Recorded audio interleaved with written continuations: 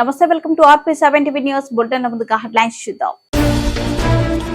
తమ సమస్యలను పరిష్కరించాలని కోరుతూ తాము ఎన్నో ధర్నాలు చేసినప్పటికీ కార్మికుల సమస్యలను ప్రభుత్వం పట్టించుకున్న పాపాన పోలేదు. రాజకీయ లబ్ధి కోసం వృద్ధులు బలి. నిర్మల్ జిల్లా నర్సాపూర్ మండల కేంద్రంలోనే KGBB పాఠశాలలో ఫుడ్ పాయిజన్ తో అస్వస్థకు గురైన విద్యార్థి. సొంతంగా లారీ టిప్పర్ ఉండి జీవనం గడుపుతున్న డ్రైవర్లకు కూడా ఈసారి వైఎస్ఆర్ వాహన మిత్ర పథకం. టీపీసీసీ అధ్యక్షులు ముఖ్యమంత్రి రేవంత్ రెడ్డి సమక్షంలో భారీ చేరికలు. తమ సమస్యలను పరిష్కరించాలని కోరుతూ తాము ఎన్నో ధర్నాలు చేసినప్పటికీ కార్మికుల సమస్యలను ప్రభుత్వం పట్టించుకున్న పాపన పోలేదని ఏఐటీయూసీ రాజన్న సిరిసిల్ల జిల్లా శాఖ ప్రధాన కార్యదర్శి కడారి రాము విమర్శించారు. వేములవాడలో ఆయన మీడియాతో మాట్లాడుతూ కేంద్రంలో ఉన్న బీజేపీ గవర్నమెంట్ జీఎస్టీ పెట్టి ఉప్పు పప్పు నిత్యావసర సరుకులు ట్యాక్సులు పెట్టి కార్మికుల పొట్టలు కొట్టిందని, కార్మికులకు సంబంధించి 44 లేబర్ చట్టాలను తొలగించి 4 లేబర్ కార్డులుగా మార్చారని, ప్రభుత్వం వెంటనే కార్మికులకు న్యాయం చేయాలని డిమాండ్ చేశారు.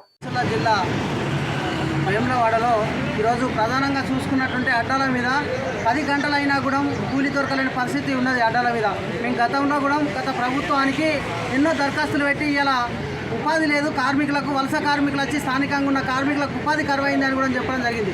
ఇలా అడ్డాల మీద తాగునీటి సౌకర్యం సల్వేంద్రం ఎండలు కొడుతూ ఉన్నాయి. ఇలా కార్మికులు వస్తే సల్వేంద్రం లేని పరిస్థితి. అదేవిధంగా ఇలా ఉసుక కోసం చూసుకుంటే ఊళ్ళే వాగు పక్కనే, కానీ ఊళ్ళే ఉసుకరాని పరిస్థితి. మేము ఒక్కడే చెప్తా ఉన్నాం, ప్రధానంగా MRO గారు ఇలా ప్రతిరోజు కూడా ఉసుక పర్మిషన్ ఇవ్వాలి. ఉసుక ట్రాక్టర్లకు ఇలా కూలీలు అనేది అడ్డాల మీదకి వచ్చి మరిపోవడం జరుగుతూ ఉంది. ఇలా రెక్కాడితే తొక్కాడని బతుకులు జీఎస్టీ పేరు పెట్టి ఇలా కార్మికులకు నిత్యావసర సరుకులను కూడా విచ్చలవిడి రేట్లు పెంచినటువంటి పరిస్థితి కేంద్ర ప్రభుత్వం. ఇలా ప్రధానంగా మేము ఈ రాష్ట్ర ప్రభుత్వం కొత్తగా ఏర్పడ్డ కాంగ్రెస్ ప్రభుత్వాన్ని కోరేది ఏంటంటే స్థానికంగా ఉన్న కార్మికులకు ఉపాధి కల్పించాలి. బీహార్ యూపీ కూలీలు వచ్చి స్థానికంగా ఉన్న కార్మికులకు ఉపాధి కరువైంది.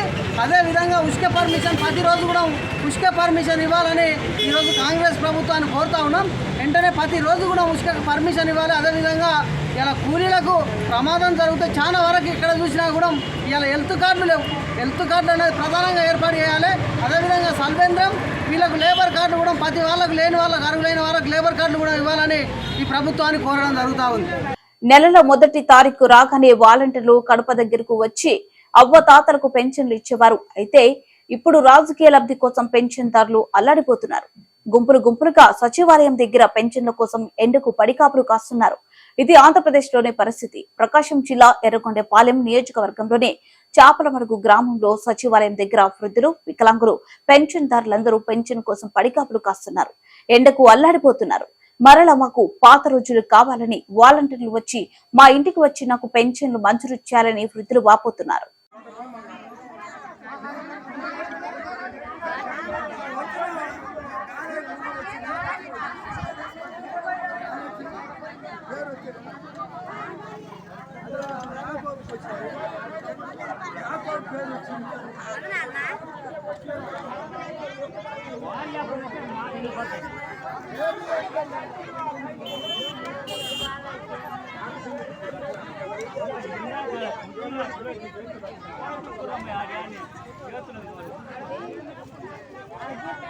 నిర్మల్ జిల్లా నర్సాపూర్ మండల కేంద్రంలోని KGBB పాఠశాలలో ఫుడ్ పాయిజన్ తో అస్వస్థకు గురైన విద్యార్థులను నిర్మల్ జిల్లా కేంద్రంలోని ఏరియా హాస్పిటల్లో పరామర్శించిన ఎమ్మెల్యే ఏలటి మహేశ్వర్ రెడ్డి తక్షణమే దీనికి కారకులైన సంబంధిత అధికారులను సస్పెండ్ చేయాలని DEOని ఆదేశించారు.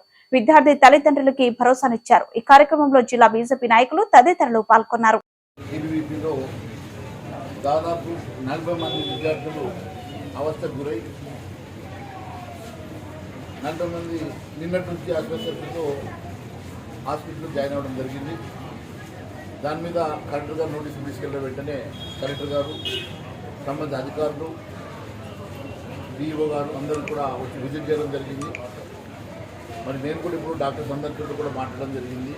ఇక్కడ ఉన్నటువంటి విద్యార్థులు కూడా మాట్లాడడం జరిగింది. బాధాకరమైన అంశం ఏమంటే అక్కడ ఇచ్చేటువంటి ఫుడ్ మరి రాత్రికి పొద్దున పెట్టడము. సొంతంగా లారీ టిప్పర్ ఉండి జీవనం గడుపుతున్న డ్రైవర్లకు కూడా ఈసారి వైఎస్ఆర్ వాహన మిత్ర పథకం వర్తింపచేస్తాం. 5 ఏళ్లలో వాహన మిత్ర పథకం ద్వారా ఏటా 10,000 చొప్పున ఇప్పటి వరకు 1296 కోట్లు ఇచ్చాం సీఎం వైఎస్ జగన్ అన్నారు.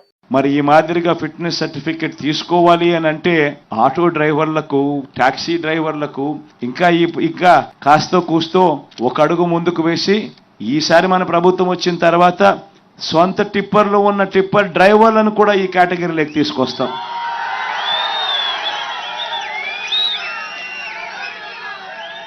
వీళ్ళందరికీ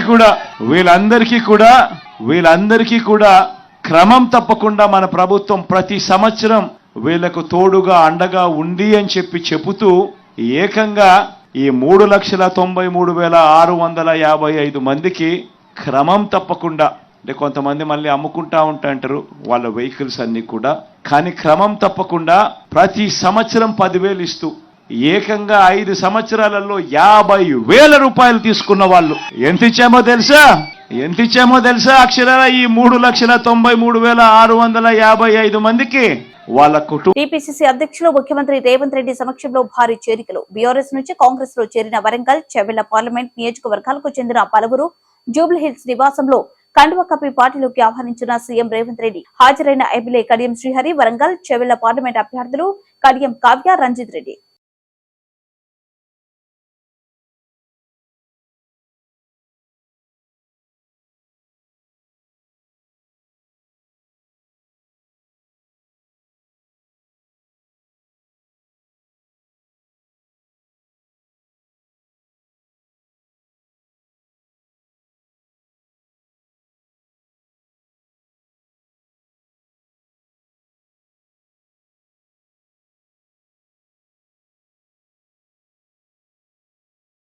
ఏనుగు బీభత్సంలో వ్యక్తి మృతి. కొమరంభీం జిల్లా చింతలమాలపల్లి మండలంలో బోరపల్లి గ్రామంలో అల్లూరి శంకర్ ఏనుగు దాడిలో అక్కడికక్కడే మృతి చెందాడు. అల్లూరి శంకర్ తన భార్య ఇద్దరు మిరపచేనులో పనిచేస్తూ గ్రామంలో అకస్మాత్తుగా ఏనుగు వారి వద్దకు వచ్చేసింది. అది గమనించిన తన భార్య పరుగులు తీసింది. కానీ శంకర్ అక్కడే దాక్కున్నాడు. అది గమనించిన ఏనుగు శంకర్ పై దాడి చేసి తనను అక్కడికక్కడే చంపేసింది. కొమరంభీం జిల్లా తెలంగాణలో మునుపు ఎన్నడూ లేని ఈ సంఘటన చూసి ప్రజలు దిగ్భ్రాంతికి గురవుతున్నారు.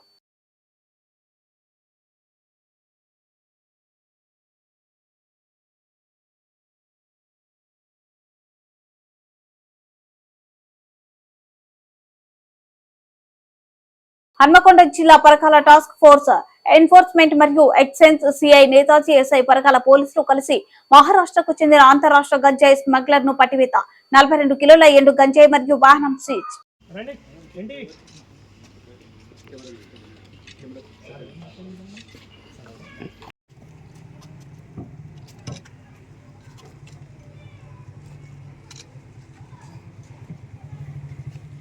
తెలంగాణ వ్యాప్తంగా విధులు నిర్వర్తిస్తున్న సెకండ్ ఏఎన్ఎంల సమస్యలను పరిష్కరించాలని ఏఐటీయూసీ తెలంగాణ శాఖ డిప్యూటీ ప్రధాన కార్యదర్శి ఎం నరసింహ ప్రభుత్వాన్ని డిమాండ్ చేశారు.